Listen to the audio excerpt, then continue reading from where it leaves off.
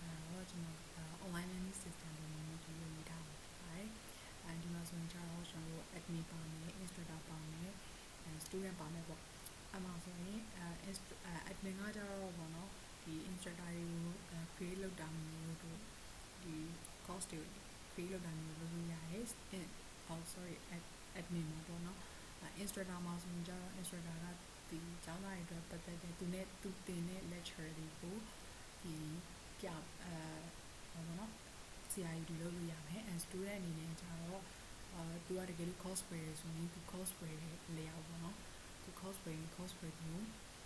သူ့ရဲ့ lesson တွေကြည့်လို့ရမယ်လေပါမယ်ပေါ့ပ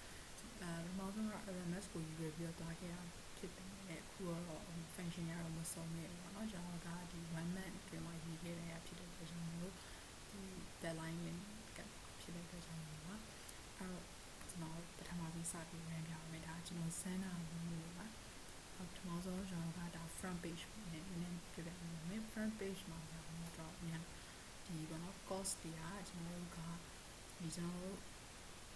service ကပေးရဲ့ course တွေပေါ့နော်အဲဆိုရင်ဒီမှာ instructor function တွေအပြည့်စုံကျွန်တော်ပါပါမယ်အဲ့တော့ကျွန်တော်ကတော့login ထားတော့ login ဝင်တာပေါ့နော်ဒီမှာဆိုရင်ကျတော့အသစ်ဆိုရင်ကျတော့ sign up လုပ်တာမျိုးတွေလုပ်လို့ရတယ်အဲ့တော့အဲ့တော့ login admin နဲ့ login ဝင်လိုက်ပါမယ် admin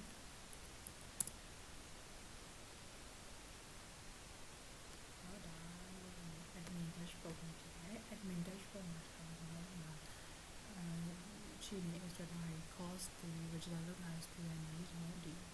register နေရာနေပေါ့နော် review ပါမယ်ဒီမှာဆိုရင် instructor admin ကနေပြီးတော့ instructor တွေဒီမှာ add လုပ်လို့ရပါမယ်နော်ဆိုတော့ဒီမှာ testing တွေနဲ့တစ်ခုလုပ်ပြမယ်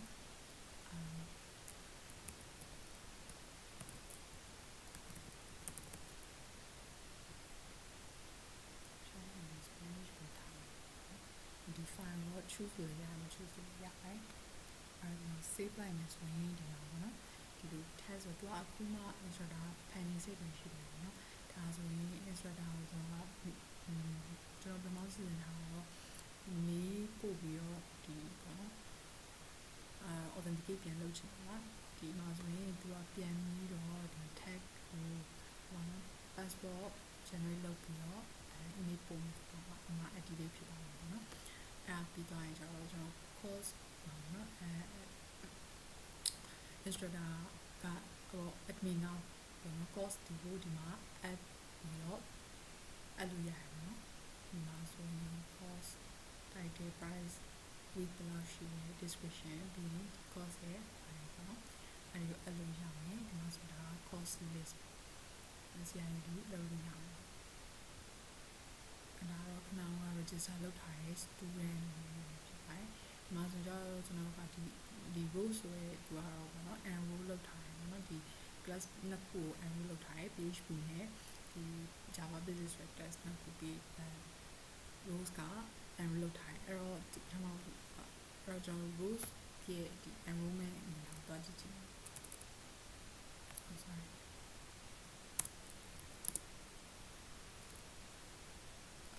okay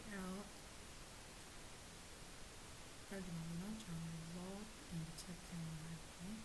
rows ရဲ့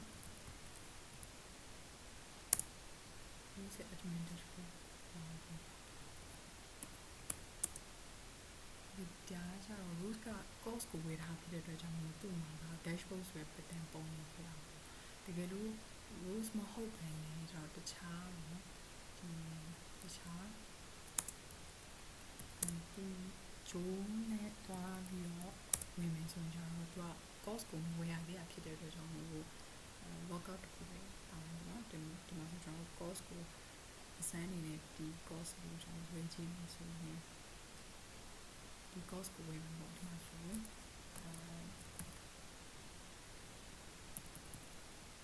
Jones ကနေပြီးတော့ဒါကတော့ကျွန်တော် payment ကိုကျတော့ကျွန်တော်နောက်ကျမှပဲ development ပြန်ပြီးတော့ပေါင်းစရေးထားလိုက်တာတော့သူဝယ်မယ် cost ပေါ့နော်ဒီတော့ payment ပေးချလိုက်ပြီးဆိုရင်တော့အမှဒီ dashboard သွားလို့ရတယ်ပေါ့အဲ့မှာဆိုရင်ကျွန်တော်ကဒီတစ်ခုပဲဝယ်ထားသေးတာဖြစ်တဲ့အတွက်ကြောင့်မို့ တော့တစ်ခုပဲရှိနေပါနော်။ဒါဆိုကြ admin အနေနဲ့ကinstructor အနေနဲ့က lecture မလုပ်ပြီးထားသေးတဲ့အတွက်ကြောင့်မို့လို့ကျိုးက lecture ကြည့်လို့မရသေးဘူးပေါ့နော်။အဲကျွန်တော်နောက်တစ်ခါ workout ထွက်ပြီးတော့ rules နဲ့ဝင်ပြပါမယ်။နောက်ဆုံး rules နဲ့ဝင်လိုက်ပါမယ် rules ရဲ့ dashboard ဘက်ကိုပါမယ်နော် rules ကကျတော့သူက course နှစ်ခုကိုယူထားပါတယ်။ပထမ course က PHP နဲ့ဒီ Java ကို course ပေါ့နော်။ကျွန်တော်ခဏဟိုဘက်မှာလည်း enroll လုပ်ခဲ့မှာတွေ့ခဲ့ course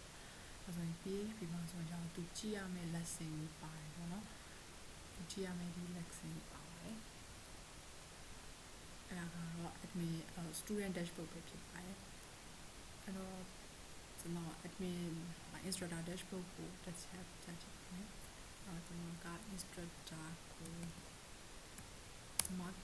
ကကျွန်တော်ရဲ့ဟိုဘက်မှာဆိုရင် programming သင်နေတယ်နော်။အဲ့တော့ဒီ match ရဲ့ဒီ dashboard ကိုဝင်လာမယ်ပေါ့နော်။ match ရဲ့ dashboard ကိုဝင်ဆို match သင်တဲ့ဟာတွေကဒီလေးခုကို mask ကသင်တယ်ပေါ့နော်။ဒီမှာဆိုရင်သူ add လုပ်ထားတဲ့ဟာတွေပေါ့နော်။ဒီ lecture ကိုဒီကနေပြီးတော့ upload လုပ်လို့ရမယ်။ဒီမှာဆို add ထားမယ်ပေါ့နော်။ဒီမှာဆိုရင်ဒီမှာတော့သူ lecture မ add ရသေးဘူး။ဒါကြောင့်မို့လို့ဒီ fundamental view ရဲ့သူကတော့အခုဒီ lecture တွေတွေ့ရမှာမဟုတ်ဘူး။ဒီမှာဆို add လိုက်နော်။ဒီမှာဒါကတော့ကျွန်တော်လုပ်ထားတဲ့ဒီ process လေးပဲဖြစ်ပါတယ်။အားလုံးကြည့်ရှုပေးတဲ့အတွက်ကျေးဇူးများတင်ပါတယ်။